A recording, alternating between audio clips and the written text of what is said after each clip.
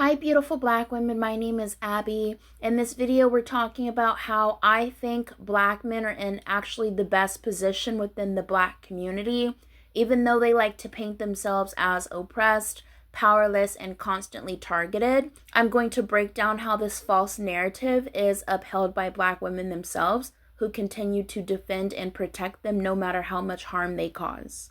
Before we dive in, let's just be clear, this video is not for any black women who like to coddle black men, excuse their behavior, or cling to the dream of black love while ignoring reality. If you're here to defend black men, this is not the space for you.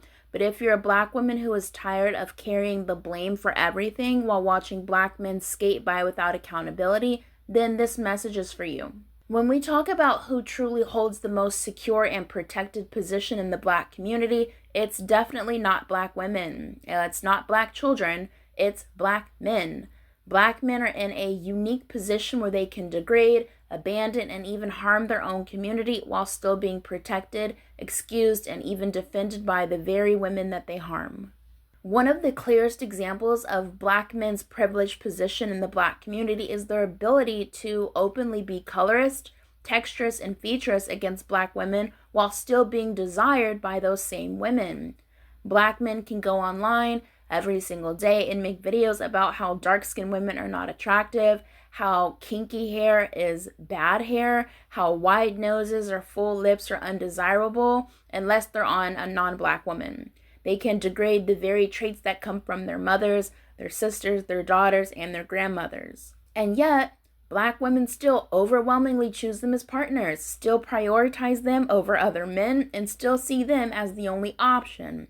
This ability to mistreat black women while remaining the preferred choice shows just how untouchable they really are.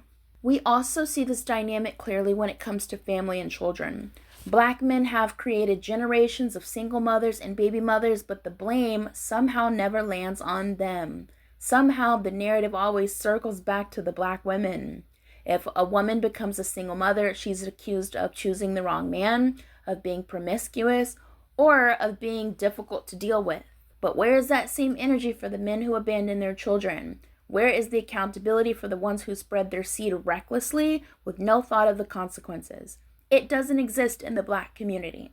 Instead, single motherhood becomes a stain on the woman, while the man who caused it, he can just walk away scot-free.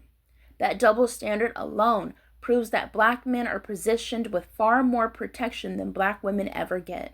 Another area where we see the lack of accountability is crime and violence. When we talk about the violent crimes in cities like Baltimore or Chicago, we cannot ignore that a significant percentage of them are committed by black men.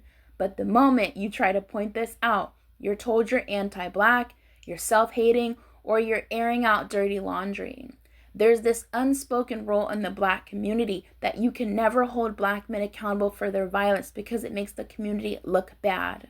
But it's interesting because when I talk to a lot of black people and they tell me that their friend or their cousin or their nephew was shot and killed, usually in the hood, they typically tell me it was by a black man, which is interesting.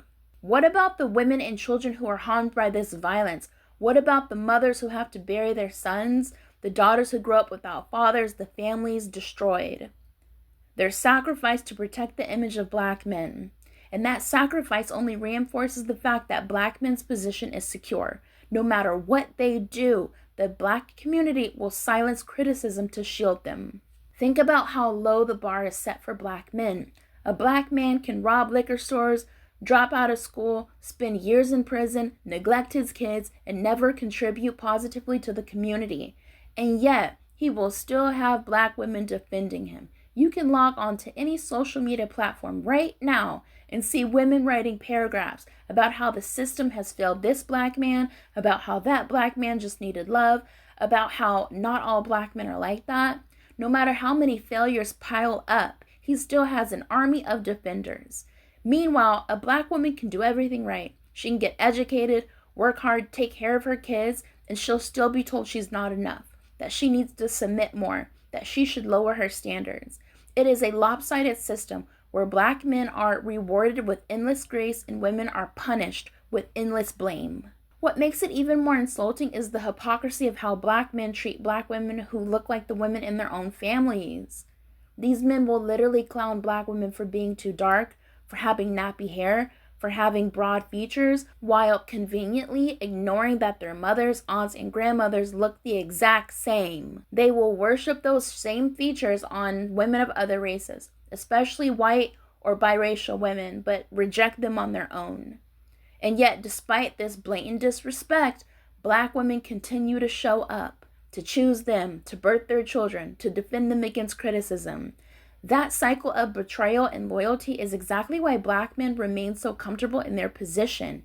They know they don't have to change because their place in black women's lives is never truly threatened. At the core of all of this is how much black men are coddled.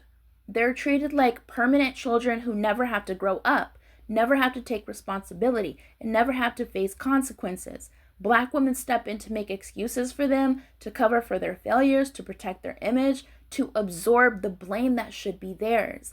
This kind of unconditional protection keeps black men insulated from accountability in a way no other group gets to enjoy. It ensures that they can cause harm without consequence, and it keeps them in the best possible position within the black community. The truth is, black men are not powerless. They are not the ones constantly at the bottom of the totem pole. In fact, within the black community, they're definitely at the top. They have the freedom to harm, to fail, to abandon, to disrespect, and still be defended. They get to reap the benefits of loyalty without ever offering loyalty back. And the reason they remain in that position is because black women keep granting them grace, protection, and defense. And so, to my beautiful black women watching this, I want you to take this in and really sit with it. You're the backbone of the black community, but you've also been conditioned to protect men who would never do the same for you. You have been made to feel like your love, your forgiveness, your patience, and your loyalty are endless resources that must be given, no matter how little you receive in return. And I'm sure there will be people, mainly black women, in my comment section who are going to argue me down, because that's what happens on all of my videos. There's always black women who they just are overly obsessed with black men, and they will defend black men no matter what, okay? But at the end of the day, black men hold the best position in the black community because they face little to no accountability for the harm that they cause. They can literally abandon their children, degrade black women, commit violent acts, and still be defended, coddled, and protected by the very people they harm. This cycle shows just how unbalanced this system is, and why it's so important for black women to recognize their worth and stop carrying burdens that should never have been yours. I hope you liked this video, and until my next one, I love you so much. Bye!